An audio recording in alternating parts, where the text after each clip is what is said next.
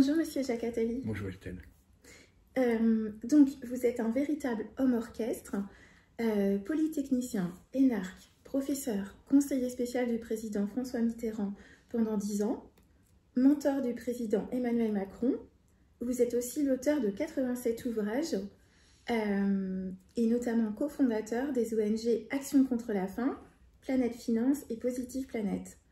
Quel est votre secret de jouvence pour composer avec autant de partitions? Vous oubliez beaucoup de mes activités, mais c'est pas grave parce que tout ça n'est qu'une toute petite partie de ce que je fais. Mais je pense que l'important c'est la niaque, c'est l'avoir envie de faire, c'est la curiosité, c'est le fait d'être très organisé aussi, de perdre le moins de temps possible, même si perdre son temps est parfois une activité très utile pour réfléchir, pour le cérébral, pour en avoir fait, des idées, voilà. avoir des idées. Donc c'est la niaque, voilà, la principale qualité. Le secret. Et donc là, avec Bienheureux soit notre monde, c'est votre 87e ouvrage.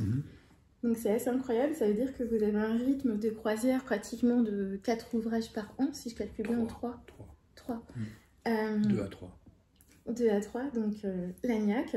Donc ce roman, il est dystopique, édité chez Flammarion. C'est une sorte de conte philosophique pour les adultes et pour les ados, où le monde se divise en 3 catégories. Donc d'un côté, on a les sombres, donc c'est plus le milieu de la finance. Et ensuite, on a les illusionnistes, donc plus les personnes qui servent ses intérêts, en fait, un peu comme des marionnettes. Et enfin, les vivants. Oui, alors les sombres, on croit au début que ce sont les gens de la finance, mais on voit plus tard que c'est bien autre chose que ça. Et les vivants, c'est un groupe qui veut changer le monde, qui a beaucoup d'argent, et qui veut changer le monde d'une façon utile, pour lutter contre les inégalités, contre la crise climatique, contre toutes les formes de racisme. Et la question est, qu'est-ce qu'on peut faire quand on a beaucoup d'argent et qu'on veut changer le monde pour le bien? Et les illusionnistes, c'est tous ceux qui croient avoir du pouvoir, tant en politique que dans les affaires. D'accord, c'est vraiment très important de le spécifier. D'ailleurs, on retrouve des personnages comme Elon Musk ou comme Mark Zuckerberg, le patron de Facebook, de Meta. Donc, dans ce roman, vous êtes aussi comme un lanceur d'alerte. On intègre le milieu du jeu vidéo. Donc, pour écrire Bienheureux soit notre monde, comment vous êtes-vous immergé dans le monde du gaming? Jacques Attali serait-il un geek? Non. Enfin, je pratique les réseaux sociaux, je pratique Internet depuis très très longtemps, mais je ne joue pas aux jeux vidéo. Je suis entouré de gens qui jouent aux jeux vidéo, ça m'a intéressé, ça m'a passionné. Et pour écrire ce roman, comme pour écrire beaucoup de mes livres précédents, j'ai dû apprendre à comprendre d'autres univers que le mien. Donc j'ai travaillé avec des grands spécialistes de jeux vidéo, que je remercie à la fin du livre. J'ai travaillé avec eux pour essayer vraiment de comprendre, apprendre à comprendre ce que c'est qu'un jeu vidéo, comment on le fait, comment on le fabrique, quelles sont les principales industries, quels sont les jeux vidéo essentiels. Et à partir de ça, j'ai vraiment beaucoup enquêté et ça m'a servi à définir le personnage et l'environnement. Les différents personnages d'ailleurs. Et donc, dans la narration de Bienheureux soit notre monde, c'est orchestré en fait comme un roman labyrinthique. Il y a différents paliers au niveau de lecture. On se retrouve vraiment en immersion. C'est presque de la lecture immersive.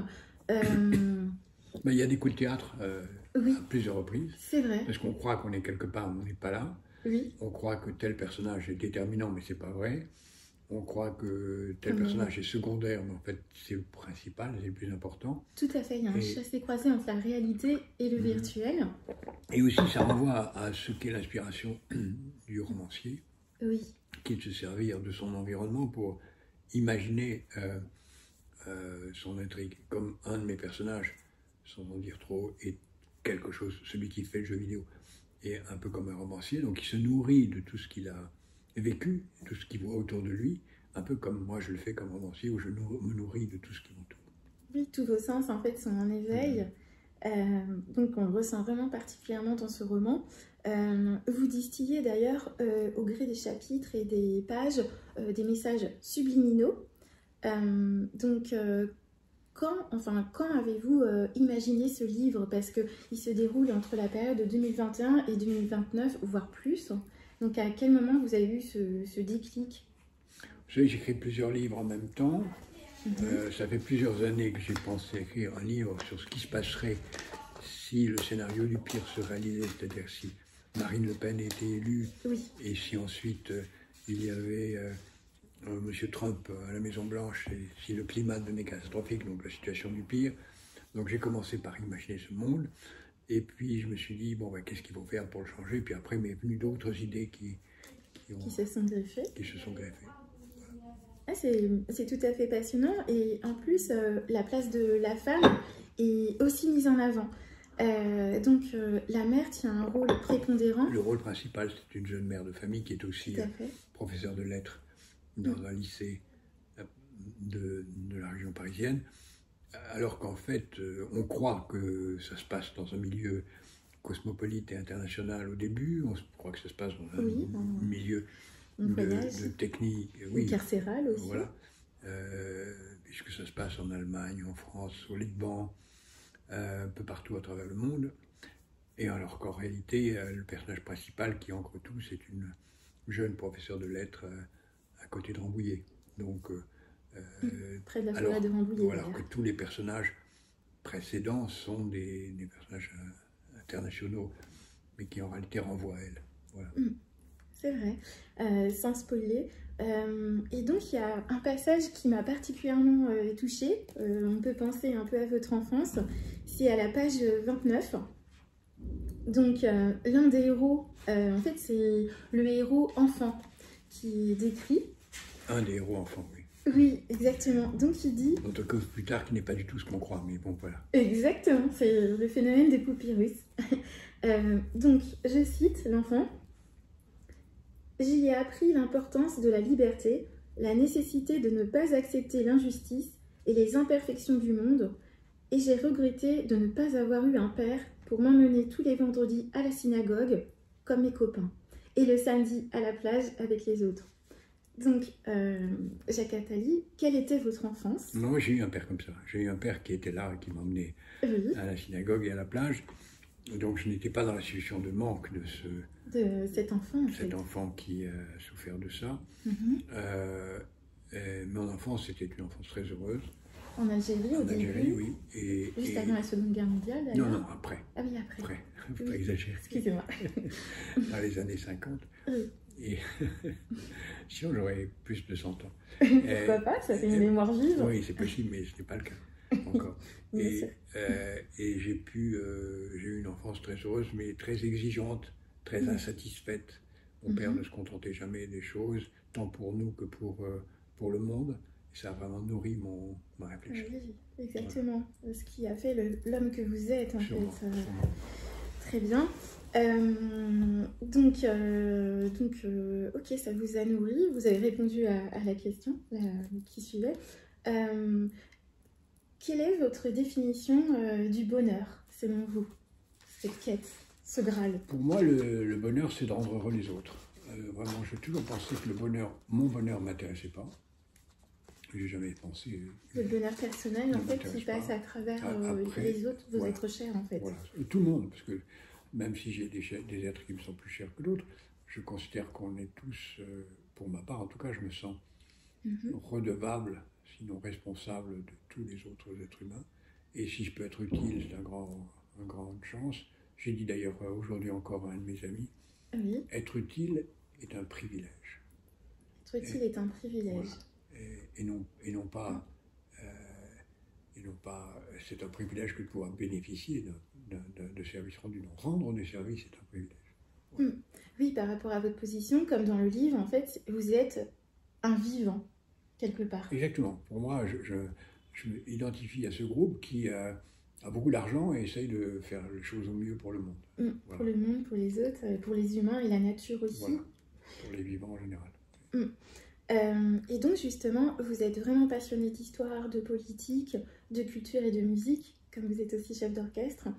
Donc, comment dire, dans la narration, on entend cette petite musique, on entend cette mélodie. tout au long des pages parce qu'il y a ce côté poésie. Quelle est la place de la musique dans votre vie?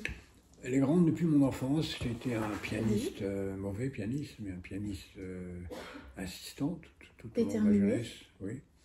J'ai beaucoup écouté de musique tout le temps. J'ai toujours rêvé d'être chef d'orchestre et j'ai fini par le devenir. Le réaliser? Voilà, donc, à quel moment en fait? Il y a 20 ans. Un chef d'orchestre m'a proposé de venir essayer avec son orchestre. J'ai trouvé ça très impossible parce que c'est un métier qui suppose beaucoup d'entraînement. Il m'a poussé à trouver un professeur. Oui, il m'a poussé à trouver un professeur. J'ai trouvé un très grand professeur qui se trouve être devenu ensuite un des plus grands chefs du monde, François-Xavier Roth. Et ce chef d'orchestre qui m'a poussé à le faire, Patrick Souillot, m'a eu la gentillesse de me prêter son orchestre pour répéter. Puis ensuite, j'ai pu diriger les orchestres dans le monde entier. Donc 80 personnes, parce que j'ai vu dans votre vidéo, vous disiez à l'école de HEC que vous alliez donner une représentation. Oui, je vais diriger la 9e symphonie de Schubert, au YAP, dans quelques jours. Dans quelques jours.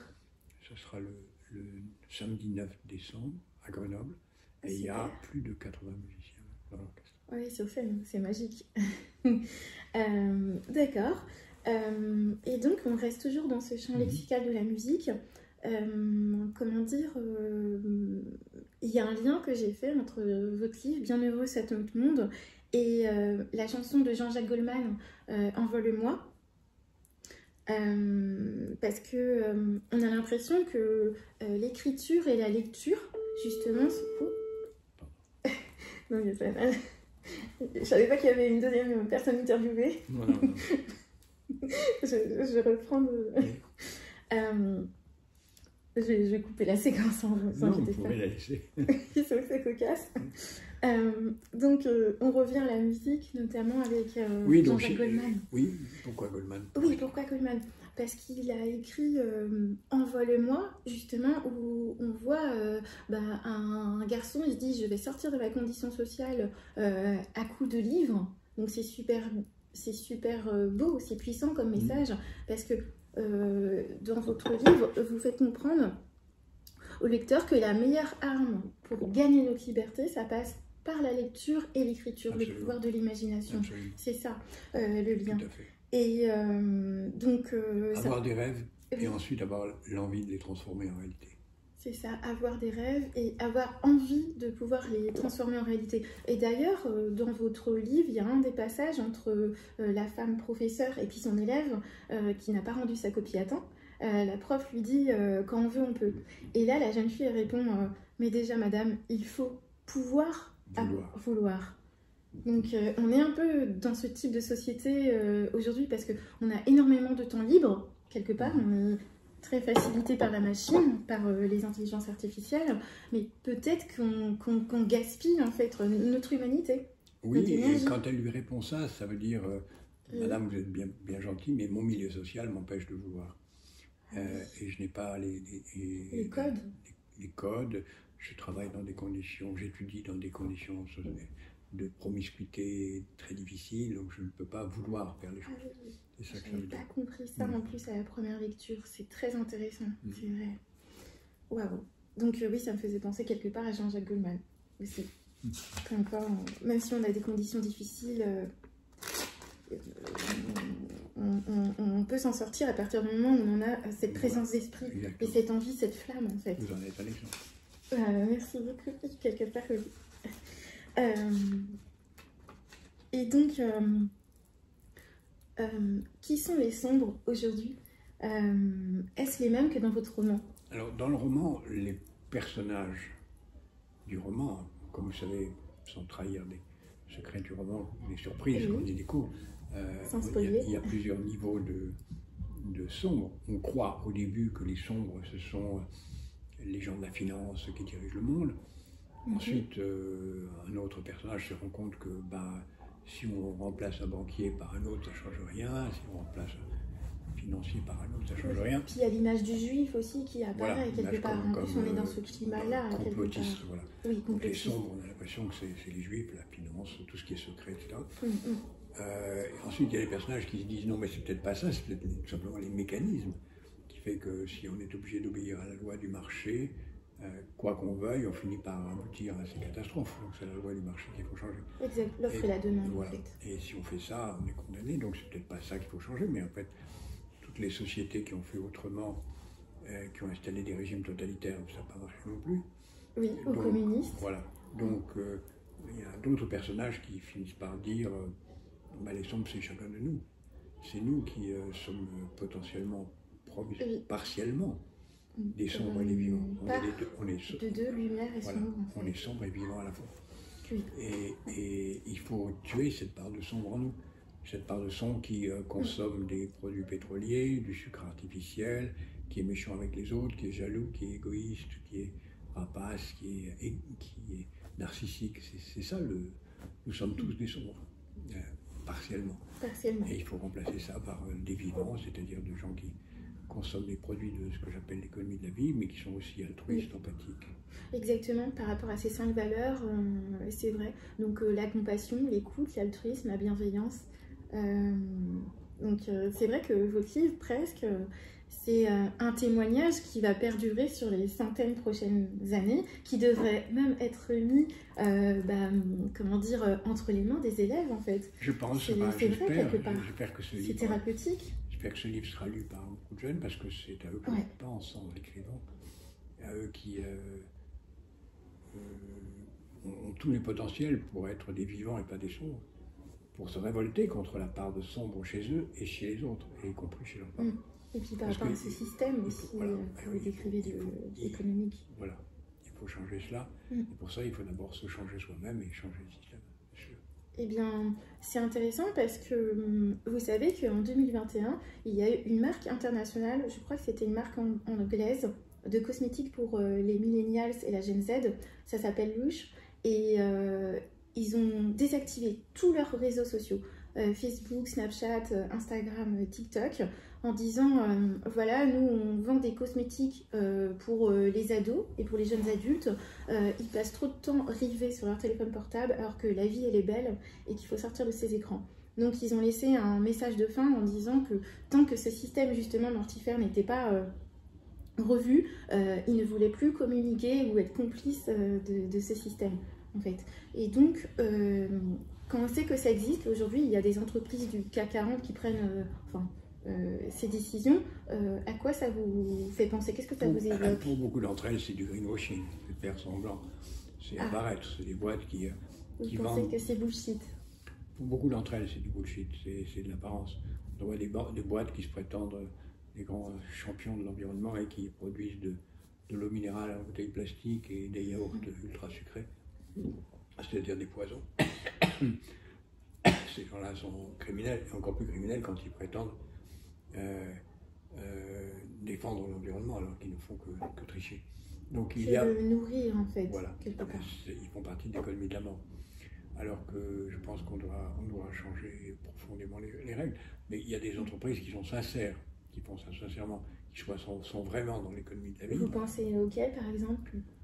Peut-être que vous avez rencontré aussi. Oui, à travers vos ONG. Je veux juste citer une marque parce qu'elle me paraît intéressante. Il y a une jeune créatrice de mode, puisque vous avez cité ce domaine tout à l'heure, une jeune créatrice de mode qui a créé une marque véritablement éthique qui s'appelle Blue et qui fait des choses formidables, extrêmement éthiques. C'est une marque française aussi? Une marque française. D'accord. Et je pense qu'il y en a beaucoup qui sont dans ce domaine, qui tentent de faire bien les choses, pour en citer des dizaines. Bon, c'est encourageant. On arrive à la fin de l'interview. Oui. Donc, pensez-vous, comme votre héros, que Berlin est le temple de la musique classique? Et quels sont vos rituels d'écriture? Est-ce que vous écrivez sur du Mozart ou du Wagner ou du Bach? Berlin est un des temples. La Philharmonie de Berlin est un endroit magique et extrêmement important. Et Daniel Barenboim a joué un rôle très important dans la force de l'orchestre de Berlin. Et j'ai moi-même toujours beaucoup apprécié tant de converser avec Daniel Barenboim que d'assister à un concert à Berlin et ailleurs. Il y a d'autres temples de la musique, évidemment. Vienne est un temple de la musique, New York est un temple de la musique. Effectivement. Et évidemment, des grands festivals comme ceux de Salzbourg, de Glyndebourg, de Salzbourg, de Bayreuth, celui d'Aix-en-Provence, le festival de printemps d'Aix-en-Provence, celui d'été d'Aix-en-Provence sont des grands lieux musicaux. La musique le printemps du violon aussi à Paris. Le printemps du violon est formidable. Il y a plein d'endroits. Paris est maintenant beau. Alors, il y a 20 ans, il n'y avait pas vraiment rien d'important. Aujourd'hui, à Paris, vous avez 10 salles de concert, il y a 5 concerts de musique classique au moins tous les soirs, sinon 20. Et sans compter le reste, des concerts d'autres musiques, de jazz, de variété, il y a beaucoup de choses. Mon rituel, j'écris quand je peux, c'est-à-dire au moins 4 heures par jour. D'accord. Plus le matin ou non, peu importe, c'est quand vous avez une fenêtre de respiration quelque part. Que j'organise, mais ça peut être le matin, le soir, ça dépend, ou le matin et le soir, ça dépend. D'accord. J'écris tout le temps. J'écris plutôt en silence. En silence, à la main ou sur Alors, ordinateur? j'écris sur ordinateur maintenant. Oui. Mais il y a un roman comme ça, il y a eu 90 versions successives. Vous l'avez remanié 90 fois? 90 fois. J'écris très vite. Ah, c'est impressionnant. Donc une première version se fait en 2 jours. En 2 jours, vous écrivez Et 200 pages oui. Alors non. La première version est très courte. Oui. Et ensuite, je la revois 80 fois. Et je la revois chaque fois en 2 jours. Je revois tout. Je réécris. Oui. Et quand c'est stabilisé, je m'arrête. Et à ce moment-là, je le donne à l'éditeur. Et à ce moment-là, je le vois sur papier. Et je fais d'autres corrections complètement différentes sur papier. Sur le papier? Parce que ce n'est pas la même chose qui viennent à l'esprit quand on écrit à la main que quand on écrit sur écran.